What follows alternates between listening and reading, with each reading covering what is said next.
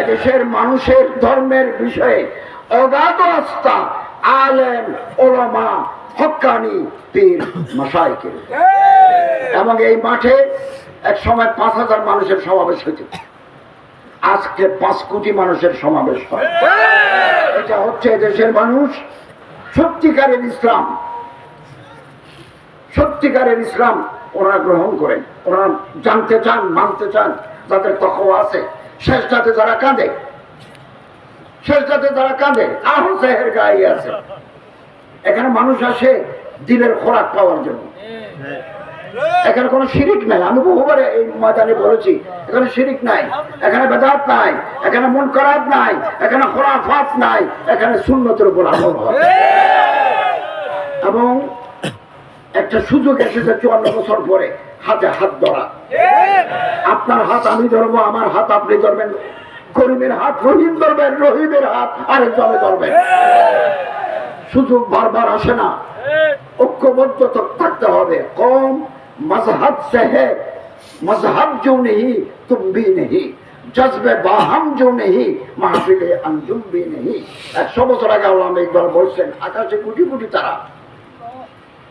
অবাক করবেন, কোনদিন সৌদি আরব গেলে ওই যে ক্লক টাওয়ারের উপরে 250 রিয়াল দিলে আপনাকে নিয়ে যাবে ফলকিয়াতে। যদি যা আমি এদিন গেছি, চুক্তি করতে গেছি, যে ওখানে গেছি, ও আল্লাহ, এই যে কোটি কোটি তারা, সূর্যের যে আগুন জ্বলে, হিলিয়াম জ্বলে, এগুলো দেখলে বুক কাঁপিয়ে ওঠে।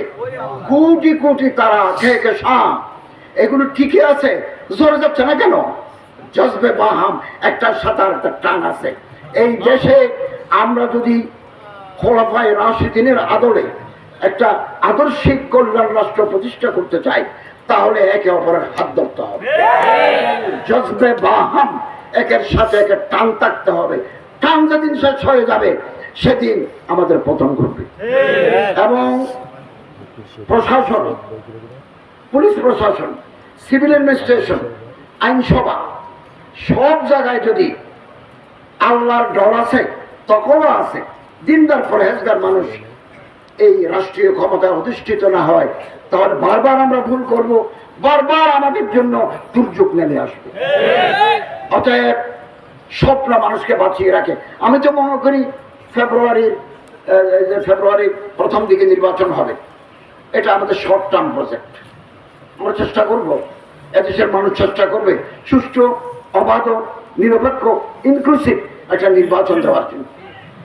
সরকারের আন্তরিকতার বিলকুল অভাব নাই, কিন্তু কেন্দ্র পাহারা দেওয়া, সুষ্ঠু নির্বাচন সম্পন্ন করার দায়িত্ব আপনাদের। আমরা, আমাদের গভর্নমেন্ট, প্রফেসর ডক্টর ইউনূস সাহেবের সরকার আপনাদের পাশে আছে। আপনারা প্রতিটি কেন্দ্রে থাকবেন, যার ভোট যিনি ইচ্ছে করবেন সে প্রতীকে দিবেন। কেউ যেন ব্যালট বাক্স চিন্তা করতে না পারে, একজনের প্রার্থ ভোট আরেকজনের যেন নিয়ে পালিয়ে যেতে না পারে। গভর্নমেন্ট 100% সতর্ক থাকবে, তার ল এনফোর্সমেন্ট এজেন্সি দিয়ে আপনাদের পাশে থাকতে হবে। তো আল্লাহ তাআলা আমাদের তৌফিক দান করুন। আগামী দিন যেটা আসবে, আমরা অপেক্ষা করছি, কারণ এটা সুন্দর নির্বাচন হবে। নির্বাচনের পরে আমরা আমাদের পুরনো ঠিকানায় ফিরে যাব। এবং আমাদের প্রফেসর ডক্টর ইউনূস সাহেবকে আমি জিজ্ঞাসা করেছি, স্যার আপনার পরবর্তী কি নির্দেশনা? তিনি বললেন, আমিও নির্বাচন দিয়ে আমি আমার কাছে ফিরে যাব।